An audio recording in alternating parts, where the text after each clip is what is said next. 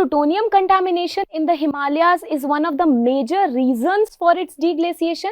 Let's talk about it today. So hello everybody, welcome back to the YouTube platform of Next IAS.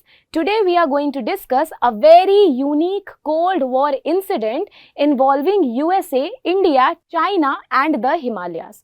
So recently in December 2025, a New York Times investigation resurfaced 1965 joint operation conducted by CIA and IB in India's second highest peak, that is Nanda Devi. That joint operation was to install the plutonium power generator on Nanda Devi peak to keep a surveillance on China's nuclear program. So what happened to that operation and what was the consequence and what was the result which came out of that operation, we will talk about it today.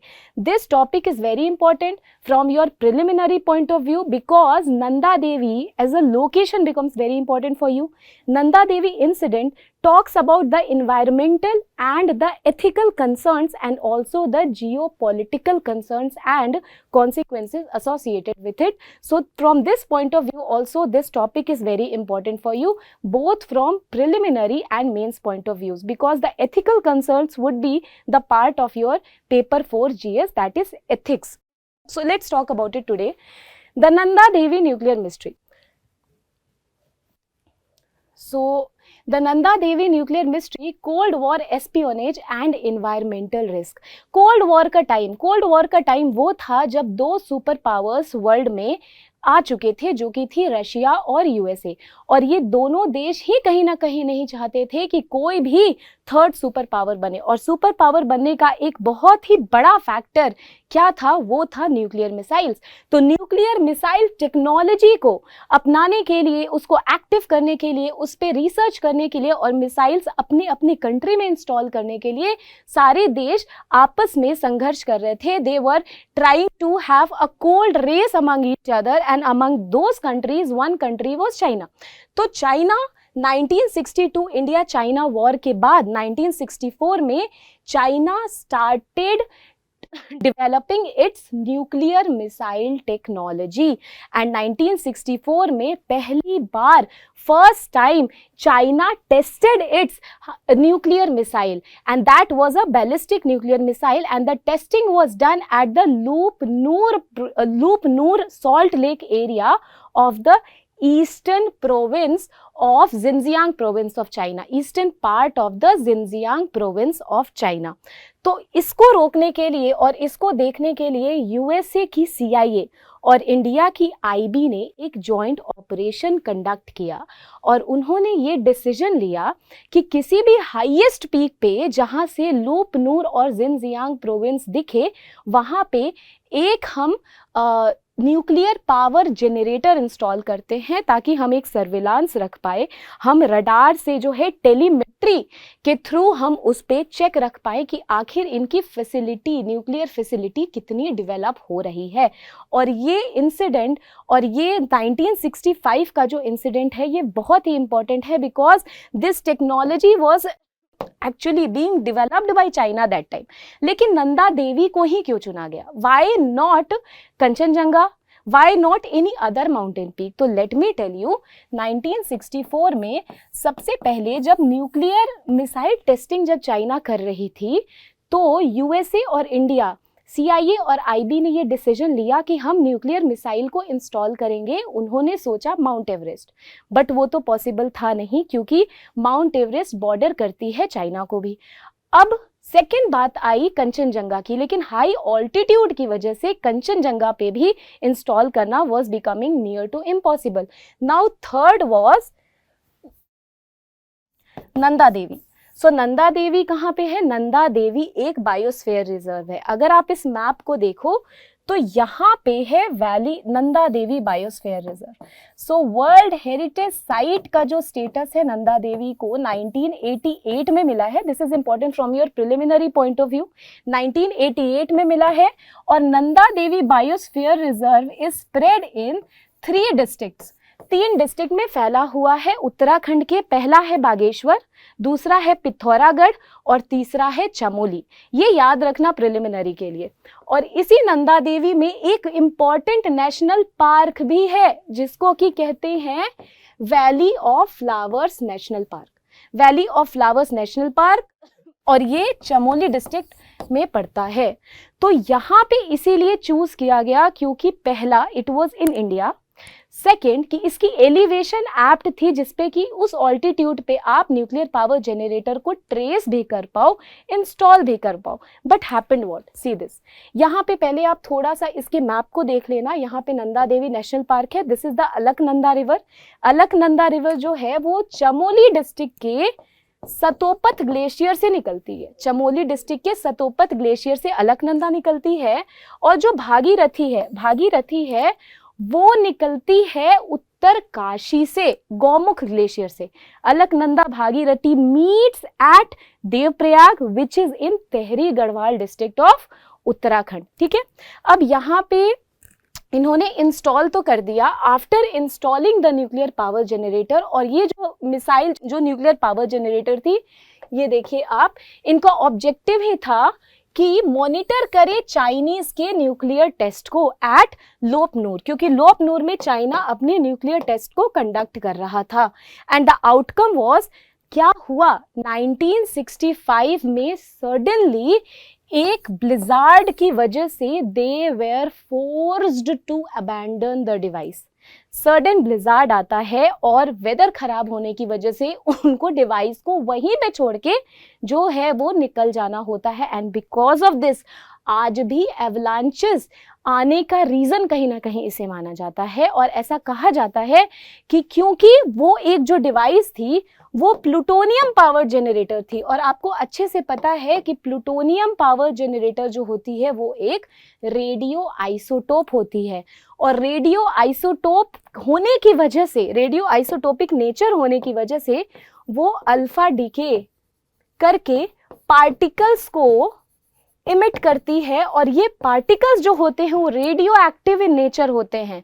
Radio active in nature होने की वजह से इसमें आता है सीबैक effect. और सीबैक effect आने की वजह से हीट एनर्जी जो है वो इलेक्ट्रिकल एनर्जी में कन्वर्ट हो जाती है। और इसकी वजह से डीके ज्यादा होता है रेडियो कार्बन एलिमेंट्स का। एंड बिकॉज ऑफ दिस ज्यादा डीग्लेसिएशन हो सकती है, ज्यादा एवलांचेस आने की जो प्रोबेबिलिटी है वो पहाड़ों में बढ़ सकती है। And because of this reason आज भी ये कहा जाता है कि कहीं ना कहीं इसकी वजह से जो हिमालयाज है वो अभी भी डिस्टेबलाइज है। एंड 1970s तक इस ऑपरेशन को सीक्रेट रखा गया था, इसके बारे में किसी को नहीं बताया गया था। But after 1970 a lot of writings and a lot of investigation started to happen, after which CIA and IB had to accept that yes, they actually conducted a joint operation, and consequence to that today also we see the Himalayan region being very very vulnerable to the environmental hazard. तो यहाँ पे आप देखो कि the technology SNAP 196. So if I talk about SNAP तो इसका मतलब क्या होता है, ये है आपका न्यूक्लियर मिसाइल टेक्नोलॉजी, ये है आपका nuclear auxiliary power 196, nuclear auxiliary power 19C isotopic thermo electric generator, यानी कि वो हीट जेनरेट करने वाली जो है वो मशीन होती है। थर्मो इलेक्ट्रिक जेनरेटर कुछ ऐसी होती है, it is something like that. और यहाँ पे जो है प्लूटोनियम आयंस जो होते हैं वो ट्रांसमिशन होता है, और इसकी वजह से, इसकी अल्फा डीके की वजह से जो है वो हीट रिलीज होती है, और जो हीट एनर्जी है वो कन्वर्ट हो जाती है इलेक्ट्रिकल एनर्जी से। और यही हीट एनर्जी जब कन्वर्ट होती है इलेक्ट्रिकल एनर्जी से अल्फा डीके की वजह से, तभी वो इलेक्ट्रिक जनरेटर का काम करती है। और ये कहीं ना कहीं बर्फ में गायब हो गई, it got vanished into the Himalayas. और इसी की वजह से देखिए SNAP 19C radio isotope thermo electric generator, और इसका फ्यूल सोर्स क्या होता है, plutonium 238 which is highly radio active in nature. Plutonium ion decay होती है तो वो बहुत सारे रेडियो एक्टिव एलिमेंट्स को रिलीज करती है। Because of this the climate becomes very very vulnerable, अगर ये कहीं ना कहीं बर्फ के अंदर रह गई है तो। एंड इसका वेट क्या होता है, रफली 57 kg। The nuclear core was described as the beach ball size. And see longevity 238 has a half life of 88 years, remains radio active for century. Centuries तक रेडियो एक्टिव रह सकती है, मतलब कि 500 साल, 400 साल, 300 साल तक भी वो जो है वो एक्सट्रीम कंडीशन में भी वो स्टे कर सकती है और स्टेबल रह सकती है। अभी देखिए, now we talk about the 1965 expedition, the lost device and the subsequent research mission. 1965 में अबेंडन होने के बाद भी इस डिवाइस को मल्टीपल टाइम्स ढूंढा गया, but the mission was still it remained a failed mission. The mission was unsuccessful and the mystery continues to exist कि कहाँ गई आखिर ये डिवाइस। क्या ये एवलांचेस में कहीं चली गई, या फिर वो किसी तरीके से कहीं ना कहीं इसकी जो सोनार और जो डिटेक्टर्स हैं वो अभी भी ट्रेस नहीं हो पाए हैं। And it could not be trace, because of which it is also considered to be a political fall out. इसको प्राइम मिनिस्टर मोरारजी देसाई जो थे वो 1978 के टाइम पे उनको काफ़ी इसके लिए क्रिटिसाइज भी किया गया था। And he was forced to admit the operation in parliament after the media leaks and the different investigation report getting published. अभी देखिए, जैसे as I talked about it earlier, इसका आखिर इन्वायरमेंटल कॉन्सिक्वेंसेस क्या क्या हो सकता है, तो बहुत कुछ हो सकता है। इसमें एथिकल कंसर्न्स तो हैं कि आप सीक्रेटली एक ऐसा ऑपरेशन कंडक्ट करा रहे हो जहां पे कि इन्वायरमेंट डैमेज होगा, वहां के आसपास के लोग डैमेज होंगे, हमारी जो आसपास की पॉपुलेशन है, जो फ्लोरा फाउना है वो डैमेज होगा, डीग्लेशिएशन होगा। और आप इस तरीके से जो है वो इन्वायरमेंटल कंसर्न तो ये है, ये एक एथिकल डिलेमा है, ये एक एनवायरमेंटल डिलेमा है, एनवायरमेंटल इशू है। और राइट टू नो जो पब्लिक के पास होता है, आप उसको भी छुपा रहे हो। ये आपका सीक्रेट मिशन है, इसकी वजह से पता नहीं कितने ही लोग जो है वो डाइलैपिडेटेड सिचुएशन में चले जाएंगे। So if you talk about the environmental vulnerability, the glacial recession and the threat to Ganges river system, क्योंकि हमें पता है कि गौमुख से गंगा निकलती है। गौमुख कहाँ है? उत्तरकाशी में है।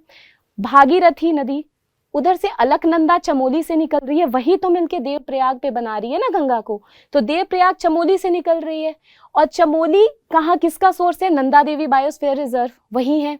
तो नंदा देवी बायोस्फीयर रिजर्व के जहाँ सतोपत ग्लेशियर है, सतोपत ग्लेशियर जहाँ से कि अलकनंदा निकल रही है, वो ग्लेशियर डायरेक्ट मेल्ट हो रहा है। और वो डायरेक्ट मेल्ट हो रहा है तो पानी का लेवल क्या हो रहा है? राइज हो रहा है। राइज हो रहा है तो काफी सारे जो है गंगा बेसिन में थ्रेट आने की संभावनाएं हैं। सो if you talk about this, तो नंदा देवी ग्लेशियर्स, कौन सी ग्लेशियर की बात की मैंने? जैसे कि Satopanth glacier, Nanda Devi glaciers feed the Rishi Ganga and Alaknanda river, which eventually formed the Ganges, which is the lifeline of over 500 million people. 500 million लोगों की जिंदगी को आपने खतरे में डाल दिया। Now glacier melt. अब न्यूयॉर्क टाइम्स ये रिपोर्ट करती है कि जो हिमालयाज की जो ग्लेशियर्स है वो रिसीड हो रही है क्लाइमेट चेंज की वजह से, और डिवाइस जो है वो जब एक्सपोज होता है तो प्लूटोनियम लीकेज होती है वाटर में भी, इसीलिए वाटर टेबल भी इंक्रीज हो रही है। और 2021 में जो चमोली डिजास्टर हुआ था, आपको याद होगा कि जोशीमठ जो है उसमें लैंड सबसाइड कर रही थी, क्योंकि हमें पता है कि वहां पे यूरेशियन प्लेट के अंदर इंडियन प्लेट क्या है? सबडक्टेड है। तो वो ऐसे भी अर्थक्वेक जोन 5 में आता है। It is again very very vulnerable to the earthquake. तो ऑलरेडी 2021 डिजास्टर जो है, scientist attributed 2020 floods to the glacial break. Local rumour कहती है कि जो न्यूक्लियर डिवाइस जो लॉस्ट हुई है वो might have played a role for disturbance of the Chamoli district. अब आप देखिए, अब इसके एथिकल कंसर्न जिसकी मैंने ऑलरेडी बात कर ली है, कंक्लूजन्स फॉर यूपीएससी आप लिख सकते हो। इसके की टेकअवेज है कि it is interesting for intelligence, history and environment, the long term ecological depth of cold war military decisions. और मेंस पर्सपेक्टिव से ये कैसे इंपॉर्टेंट है, क्योंकि इसके एथिकल डायमेंशंस के बारे में आप लिख सकते हो, और सिक्योरिटी वर्सेस एनवायरमेंटल सेफ्टी के बारे में you can study about. Prelims fact check में आपको देखना चाहिए कि इसकी लोकेशन आखिर कहाँ है। मैंने बताया चमोली कहाँ पे है, ये बॉर्डर करती है तिब्बत ऑटोनोमस रीजन से। चमोली जो है वो टोटल मिला करके 13 डिस्ट्रिक्ट है उत्तराखंड में, 7 आती है गढ़वाल में, 6 आती है कुमाऊं में, और गढ़वाल में आती है चमोली, और चमोली को मिलाकर बागेश्वर और चमोली हो गई, और पिथौरागढ़, इन तीनों को मिला करके बनाता है क्या, नंदा देवी बायोस्फीयर रिजर्व। और चमोली डिस्ट्रिक्ट में अलकनंदा का सोर्स है सतोपत ग्लेशियर, और चमोली डिस्ट्रिक्ट में ही valley of flower national park है। तो ये चीजों को आप ध्यान में रखेंगे, इसकी हाइट को जानेंगे, SNAP 19C के बारे में आप ध्यान रखना। आफ्टर दैट ये आपका यूपीएससी प्रेजेंस पर्सपेक्टिव से क्वेश्चन है, आप देख लो इसको, क्योंकि ये दिसंबर 2025 में, क्योंकि दिसंबर 2025 में ये इशू न्यूज में रहा है, तो 2026 प्री के लिए ये आपका इंपॉर्टेंट हो जाता है। आप इसको as a source of example और इन योर एसेज और इन योर एथिक्स आप इसको एक स्टोरी की तरह जो है वो आप यूज कर सकते हो। जैसे आप कोडा कैरेक्टर की तरह कोई अगर ऐसे शुरू करते हो, तो कोई आप स्टोरी, कोई आप ऐसे जो है वो रियल लाइफ इंसिडेंट से भी शुरू कर सकते हो, तो वो इंपॉर्टेंट है। This is preliminary point of view का एक क्वेश्चन है। The CIA mission on Nanda Devi was related to climate research, missile telemetry interception, mining या tourism.